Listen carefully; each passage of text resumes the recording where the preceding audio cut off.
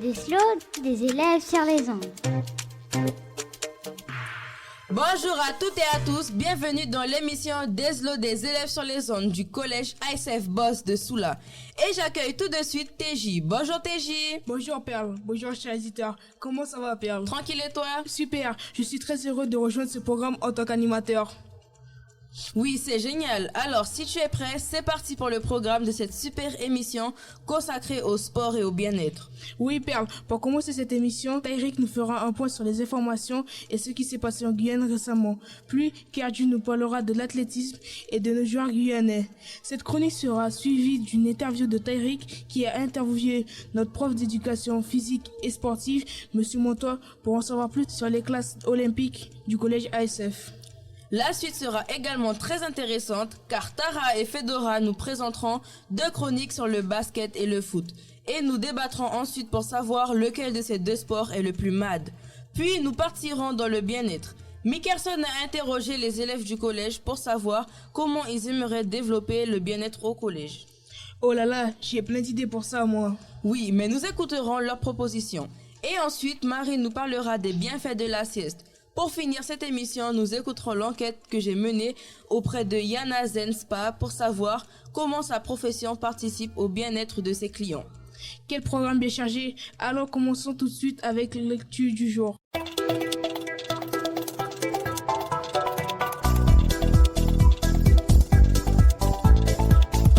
Bonjour à tous les auditeurs de Deslo, l'émission qui met des élèves sur les ondes. Aujourd'hui, nous allons parcourir quelques actualités qui ont marqué la semaine avec un focus particulier sur la visite d'Emmanuel Macron en Guyane. Le président français Emmanuel Macron a fait un court séjour en Guyane. Il est resté 36 heures seulement les 25 et 26 mars. Après, il est allé au Brésil jusqu'au 29 mars. Certains ont qualifié ce voyage de plein d'essence pour exprimer l'idée d'un passage obligatoire et non d'une visite passionnée. Pendant son séjour, Macron a abordé des sujets importants pour la Guyane, comme lutte contre la pêche et l'orpaillage illégal. Il a parlé des progrès réalisés grâce au dispositif 100% contrôle qui a permis de bien réduire le trafic de stupéfiants à l'aéroport.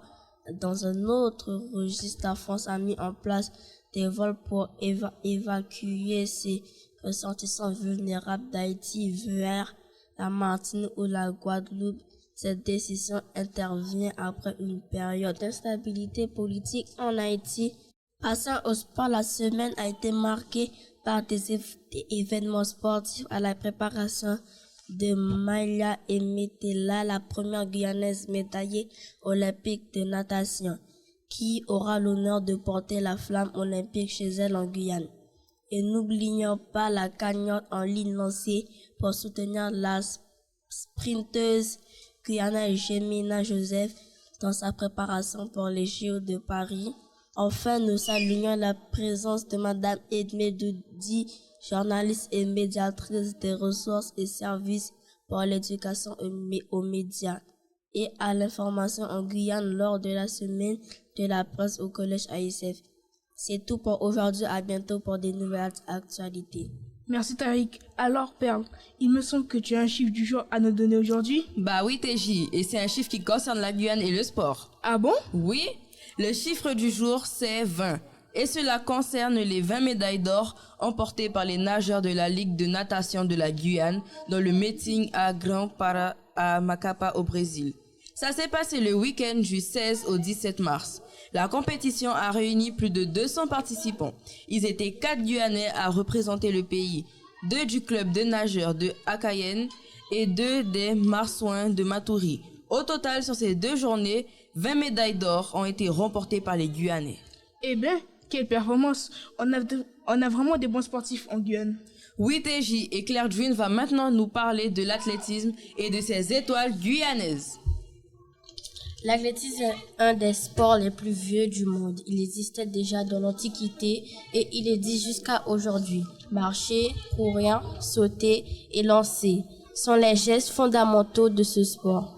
Maintenant, je vais vous présenter mon amour pour l'athlétisme. Ce sport permet de repousser les limites et de se dépasser, que ce soit en sprint, en saut en hauteur ou en lancer de javelot ou en saut en longueur. Chaque épreuve demande de la technique, de la force et de la concentration. Il y a aussi l'ambiance qui règne lors des compétitions, car on se bat soit pour battre un record personnel, soit pour remporter une médaille en individuel ou en collectif.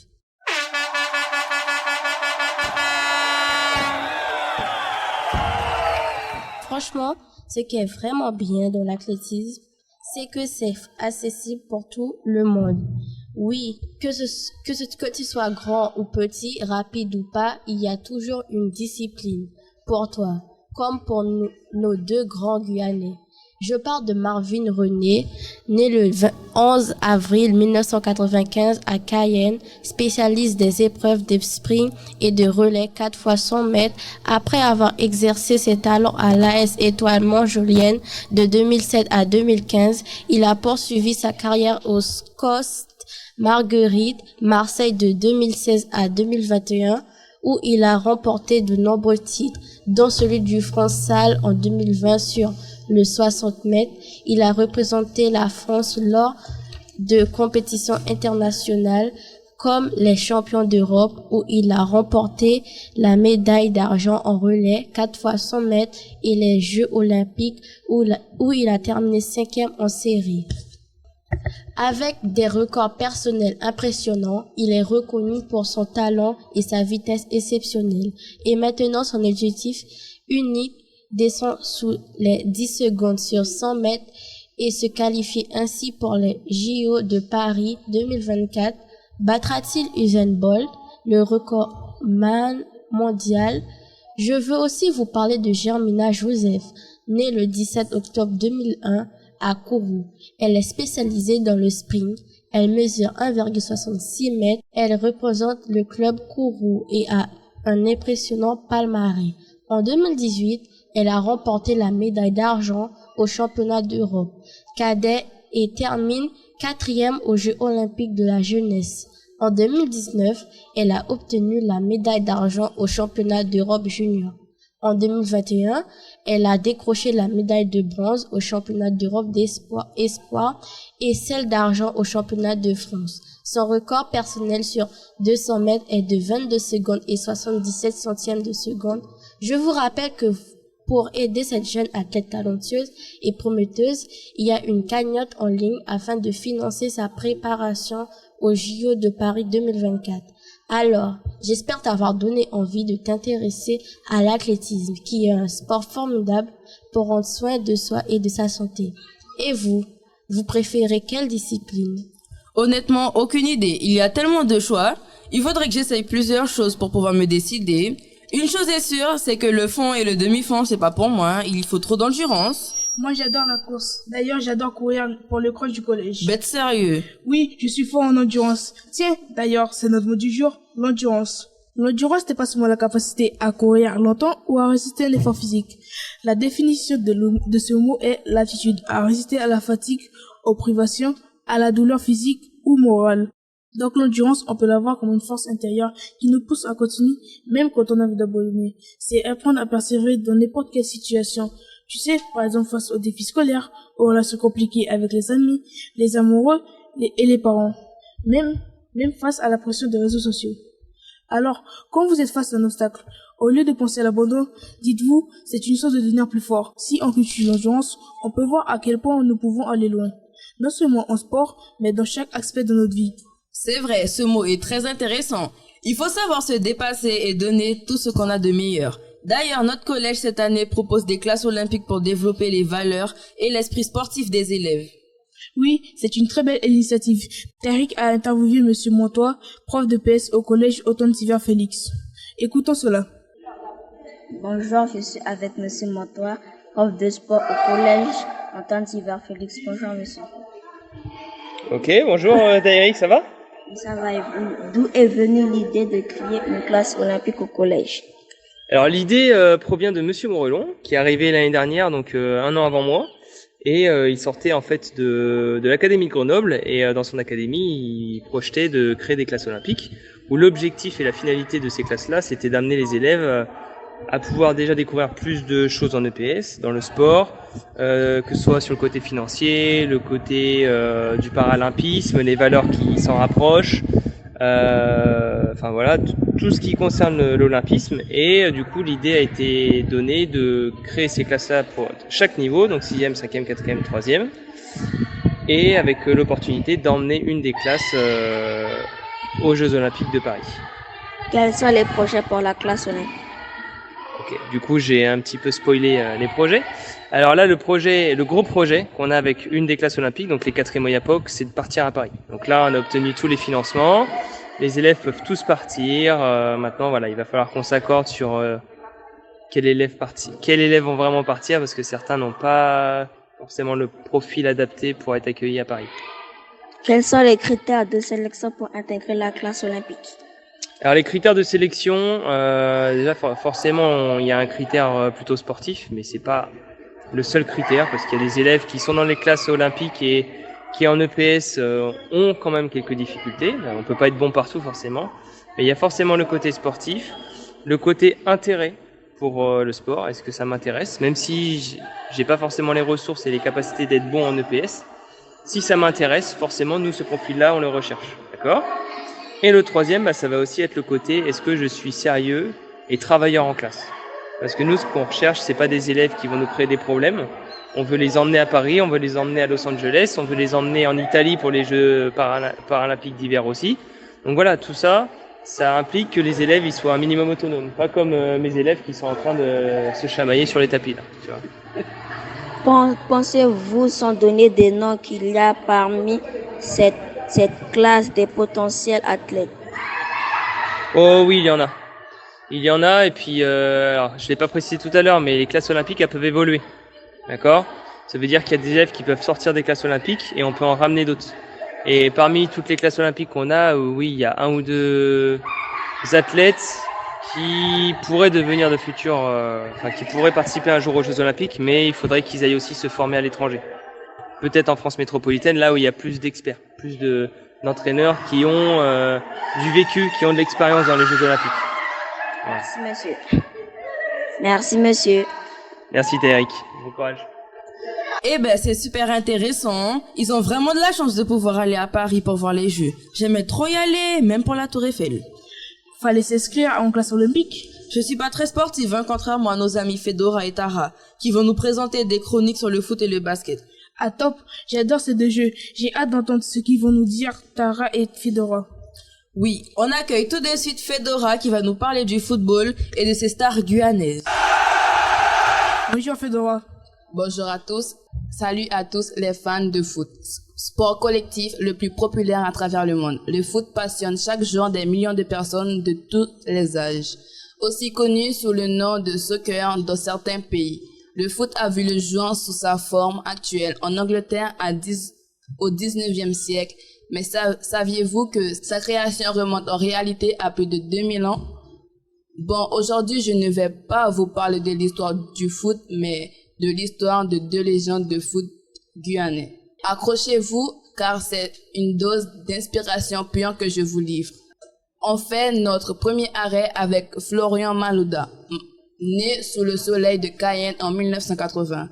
Ce nom résonne comme une mélodie dans le cœur des supporters. Imaginez un jeune garçon qui débute sa passion pour le football à l'âge Saint-Georges, nourrissant déjà les rêves les plus fous. À seulement 15 ans, il traverse l'océan pour poursuivre son ambition en métropole. Et quelle ascension de l'Olympique lyonnais au Chelsea FC. Malouda a brillé accumulant les trophées avec une grâce et une détermination hors du commun. Mais le moment le plus beau de sa carrière est sa participation à la finale de la Coupe du Monde en 2006 avec l'équipe de France. Un parcours qui inspire, qui montre que peu importe d'où tu viens, les rêves les plus fous sont inatteignables. Puis il a le phénomène Mike Maignan, notre Magic Mike. Dès son plus jeune âge, il a su qu'il était destiné à de grandes choses. Né aussi à Cayenne en 1995, il quitte la Guyane à 8 ans et connaît un changement de vie radical pour poursuivre un seul unique but, devenir une légende du football. Et quelle trajectoire du Paris Saint-Germain au l'OSC Lille. Chaque étape de sa carrière a été marquée par des performances qui ne passent pas inaperçues. En 2021, il atteint le sommet de la Ligue 1. C'est une consécration pour ce gardien hors norme. Aujourd'hui, considéré comme le numéro 2 de l'équipe de France, on ne doute pas qu'il atteindra bientôt le sommet, devenant le gardien numéro 1 qui fera vibrer nos cœurs. Alors, chers auditeurs, que nous réserve l'avenir? C'est l'histoire de détermination, de passion et de succès nous rappelle que tout est possible. Florian Malouda et Mike Maignan ne sont pas seulement des noms dans l'histoire du football, ils sont des sources d'inspiration. Les exemples vivants que peu importe nos origines, nos rêves sont réalisables. Le football nous réserve encore bien des moments intenses et magiques. Grâce à ces icônes, le football n'est plus qu'un sport, c'est une passion qui crée du bien-être, n'est-ce pas, Perle et TJ? Mais grave, moi j'adore aller sur le terrain avec mes amis pour jouer au foot. On se sent trop bien après. Oui, je vois ce que tu veux dire, TJ, mais ça marche aussi avec le basket, non? C'est sûr, on va écouter ce que Tara a à nous dire sur le sujet.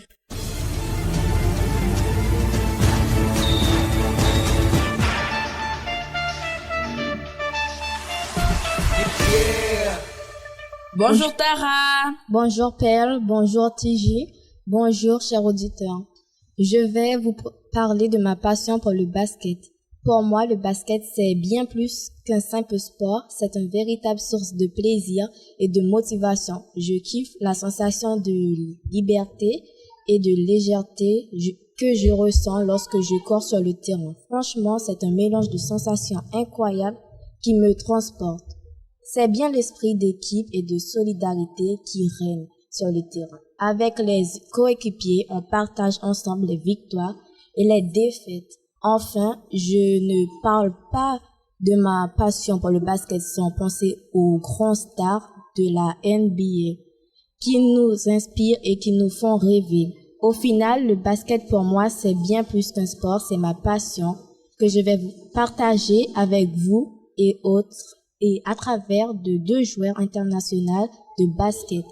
Première, Kevin Séraphin, joueur de basketball guyanais, né le 7 décembre 1987 à Cayenne, mesure 2,06 mètres, qui était au poste de pivot ou d'ailier fort. Après ses débuts de Pro A avec Cholet en 2005, il a brillé en championnat d'Europe espoir en remportant la médaille d'argent en 2009. En 2011, il a été vice-champion lors du championnat d'Europe de 2010 à 2017.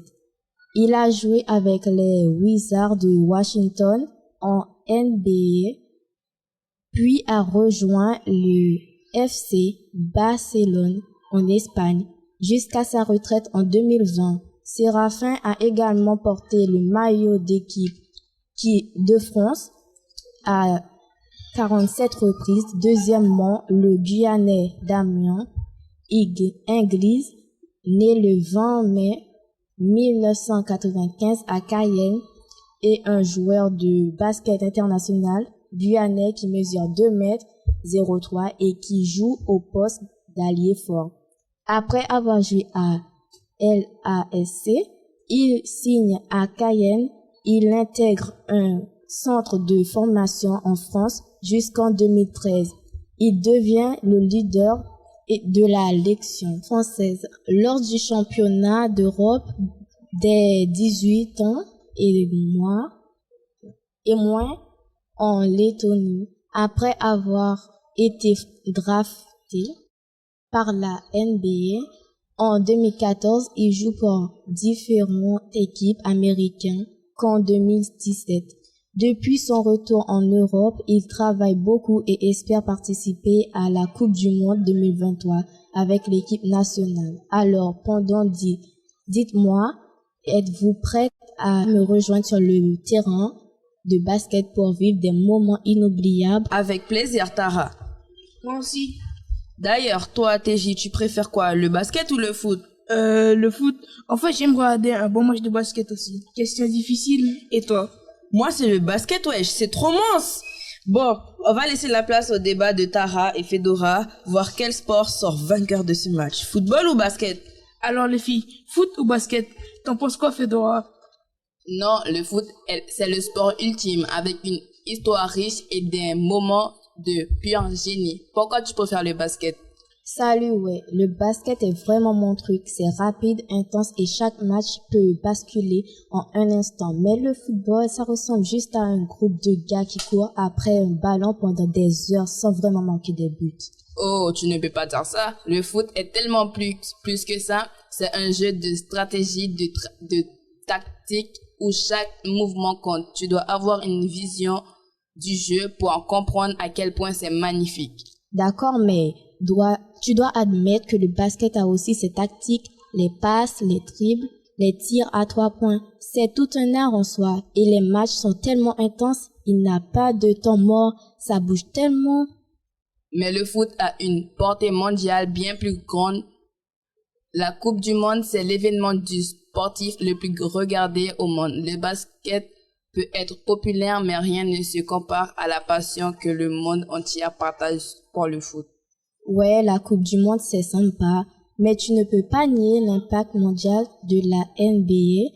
Les stars du basket comme LeBron James ou Stephen Curry sont connus partout et les équipes de la NBA attirent des fans du monde entier. D'accord, la NBA a de grandes stars, mais le foot a une histoire qui remonte à des siècles. Des légendes comme Pelé, Maradona, Messi, Ronaldo, leur nom résonne à travers l'histoire du sport. Ok, je considère ça. Le foot a ses légendes, mais le basket a aussi ses icônes. Des joueurs qui ont transcendé le sport et sont devenus des symboles culturels. Et c'est un sport qui continue d'évoluer avec des nouveaux talents qui émergent chaque année. Tu sais quoi? Peut-être qu'on ne sera jamais d'accord sur lequel est le meilleur sport, mais au moins on peut convenir que chacun a ses propres qualités uniques qui le rendent spécial, non? Ouais, c'est vrai. Peut-être qu'on devrait juste apprécier nos sports respectifs et les laisser choisir celui qui leur convient le mieux. Après tout, l'important c'est de s'amuser et de partager sa passion avec les autres. Exactement. Donc, même si je ne comprends pas complètement pourquoi tu préfères le basket, je respecte totalement ta passion pour ce sport. Pareil, je respecte ton choix. Merci les filles et chers auditeurs. Vous êtes plutôt foot ou basket? Et pourquoi? N'hésitez pas à laisser votre avis. En tout cas, c'est parfait pour les filles. C'est l'esprit du sport. Le respect. C'est clair. Peu importe le sport qu'on aime, je pense que quand on en pratique, quelle que soit la discipline choisie, on cultive un esprit de partage et d'entraide. C'est pour ça que le sport, c'est important, hein? Oui, ça participe à notre bien-être, à notre développement personnel. Oui, c'est très important de se sentir bien. C'est pour cela que Mickerson a cherché à savoir auprès des élèves du collège comment ils souhaitent améliorer leur bien-être au collège. Écoutons leurs réponses. Comment améliorer ton bien-être au collège? Je pense arrêter de se battre, arrêter de faire des cocos derrière les gens pour créer histoire, arrêter de faire de l'hypocrisie et chercher problème avec les gens plus petits ou plus grands. Je voudrais que le collège soit plus calme et qu'il y ait moins d'histoire. Instaurer les toilettes mixtes. Mettre des clims dans les permanences, que les garçons peuvent danser avec les filles et que les gens arrêtent de terminer à 17h. C'est pas possible. Alors, ce que j'ai envie de changer dans l'établissement, c'est faut mettre des matelas dans des salles pour que les gens puissent se reposer. Il faut... j'ai déjà oublié. Il faut changer les ordi, oui. Pas sont trop vieux et mettre la clim dans toutes les salles. Voilà, c'est tout. Et les caméras, il faut tous les enlever, comme ça on fait des bêtises. Des matelas dans les salles, je rêve. S'il y avait des matelas dans les salles, je pense pas que j'allais écouter les cours, hein. Oui, ça serait très bien. On pourrait se reposer car c'est important le repos. Oh oui. Tiens, ça tombe bien, la prochaine chronique nous parle des bienfaits de la sieste. Oui, Père, on va voir ce que va nous expliquer Marie Davina. Bonjour Marie. Salut à tous. Aujourd'hui, on va parler d'un sujet qui, j'en suis sûre, on va réjouir plus d'un. La sieste. Et oui, vous avez bien entendu, ce petit moment de pause que certains d'entre vous adorent et que d'autres considèrent peut-être comme une perte de temps ou un truc de bébé. Eh bien, détrompez-vous.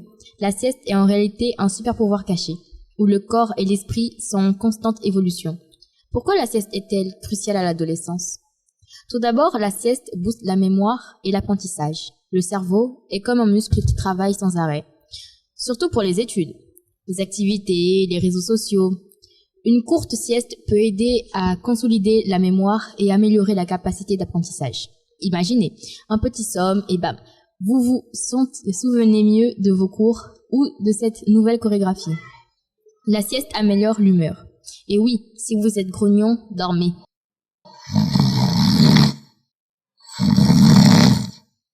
La sieste est comme un bouton de réinitialisation pour votre humeur.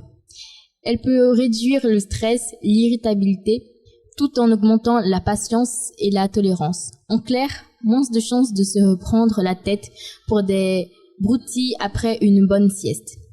Vous voulez devenir un futur Picasso ? Alors augmentez votre créativité grâce à la sieste. Pour les artistes, musiciens, écrivains ou tout simplement les rêveurs, une sieste peut ouvrir les portes de la créativité. Elle permet à l'esprit de se relaxer et de faire le vide, ce qui peut ensuite favoriser l'émergence de nouvelles idées ou de perspectives novatrices. La sieste booste également l'énergie. Cela peut sembler contre-intuitif, mais se reposer peut réellement vous donner plus d'énergie. Une sieste de 10 à 20 minutes peut vous aider à vous sentir plus alerte et dynamique pour le reste de la journée, sans pour autant affecter votre sommeil nocturne. Pour cela, il faut savoir bien faire la sieste. Et oui, trouver le timing est important pour profiter de ses bienfaits. Le meilleur moment pour une sieste est entre 13h et 15h. Quand votre corps connaît naturellement une baisse d'énergie, évitez de faire la sieste trop tard dans la journée pour ne pas perturber votre sommeil nocturne. Une sieste est de préférence courte. Elle doit durer de 10 à 20 minutes. Si vous désirez un coup de boost rapide ou d'une heure à 90 minutes si vous avez besoin d'un cycle de sommeil complet. Mais attention, se réveiller en plein milieu d'un cycle de sommeil peut vous laisser dans le gaz. Pour une bonne sieste réparatrice, il faut trouver un endroit calme et confortable, réduire la lumière, le bruit et assurez-vous de ne pas être dérangé. La sieste n'est pas un luxe ni une perte de temps. C'est une nécessité. Si vous en ressentez le besoin, elle peut vraiment faire des merveilles pour votre bien-être physique, émotionnel et mental. Alors la prochaine fois que vous sentez votre énergie baisser ou votre concentration vous lâcher, n'ayez pas peur de vous accorder ce petit moment de pause. Votre corps et votre esprit vous remercieront. Alors, prêt à intégrer la sieste dans votre routine? Partagez vos expériences ou vos conseils sur la sieste avec nous. Restez branchés et surtout, prenez soin de vous. Moi qui adore la sieste, je sais comment bien la faire maintenant. Merci Marie-Davina. Oui, je pense qu'au collège, faire une sieste, ce serait le top. On serait plus calme et concentré pour le travail. Oui, le bien-être, c'est primordial pour tout le monde. D'ailleurs, certains en font leur métier. Je suis allée rencontrer Madame Massé Marie, la propriétaire de Yana Zen Spa. Écoutons son expérience. Bonjour Madame Massé, contente de vous recevoir sur les ondes. Bonjour Perle, bonjour à tous les auditeurs et auditrices de Radio Pays. Nous allons commencer ce reportage avec quelques questions. Qu'est-ce qui vous a motivé à ouvrir votre propre entreprise? Ma réponse à cette question sera l'indépendance et la quête de l'excellence. Comment considérez-vous que votre activité contribue au bien-être de vos clients? Leur satisfaction dans leurs propos à l'issue de mes prestations suffit amplement à me donner confiance sur leur bien-être. Super! Quel type de service recommandez-vous le plus souvent à vos clients dans le cadre du bien-être? Alors, cela dépend vraiment de qui j'ai en face. Tout le monde n'a pas la même pathologie et les mêmes attentes. Donc, par exemple, chez moi, c'est très demandé le massage profond, la réflexologie plantaire et également le drainage lymphatique. Quels sont les bienfaits du bien-être que vos clients ont constatés après avoir reçu vos soins? C'est une excellente question. que je vous invite à poser à un ou à une de mes clientes en toute impartialité. Quels conseils donneriez-vous à ceux qui souhaitent améliorer leur bien-être au quotidien? Prenez du temps pour vous, prenez soin de vous et surtout écoutez-vous. Merci à Madame Massé pour le temps que vous avez accordé pour cette émission. Merci à vous également et de la confiance accordée. Bravo Perle pour ce joli reportage. C'est vraiment intéressant de voir à quel point le bien-être est important. Oui, j'ai beaucoup découvert cet endroit et sa propriétaire. C'est inspirant.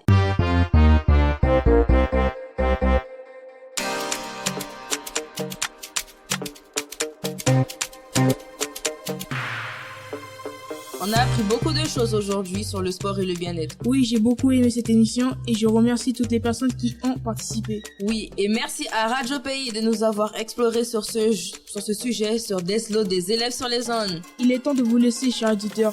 On vous remercie de votre écoute. Prenez soin de vous et retrouvez la semaine prochaine les élèves du lycée Gaston Monerville. C'était les élèves du collège Antoine Sylvain Félix.